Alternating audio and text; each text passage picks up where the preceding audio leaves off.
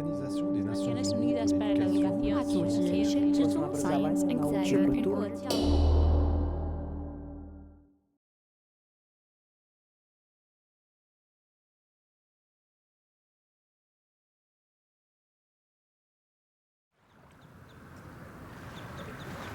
Mon bien cher garçon, le lac brille de 1000 facettes azurées et argentées, et les montagnes sont incomparables d'honnêteté.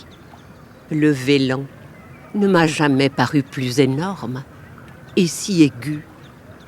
Le Catogne, petit Vésuve, avec sa pointe argentée, puis la grande chaîne du Grammont, telle une immense bête apocalyptique accroupie dans la mer Léman, jusqu'à perte de vue, où le Jura barre l'horizon.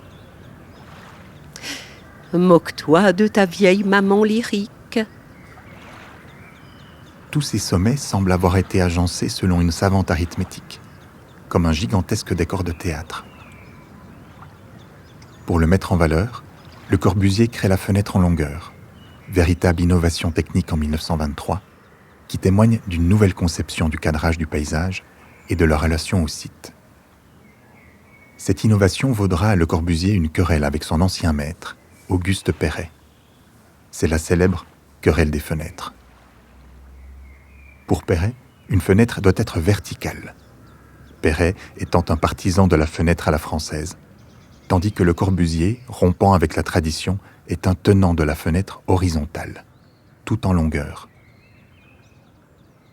Aujourd'hui, il faut faire un effort d'imagination pour mesurer la modernité de cette petite villa au bord du lac Léman, a fortiori dans ce contexte socioculturel, fait de vignerons, de maraîchers et de quelques chocolatiers. Dans ce contexte, cette villa n'est pas seulement une formidable avant-garde, c'est une véritable révolution. Elle est le fruit d'une recherche ergonomique et d'une analyse fonctionnaliste exceptionnelle en 1923, visant à la réalisation d'un standard typologique, la maison étroite à travée unique. Un standard repris depuis dans le monde entier.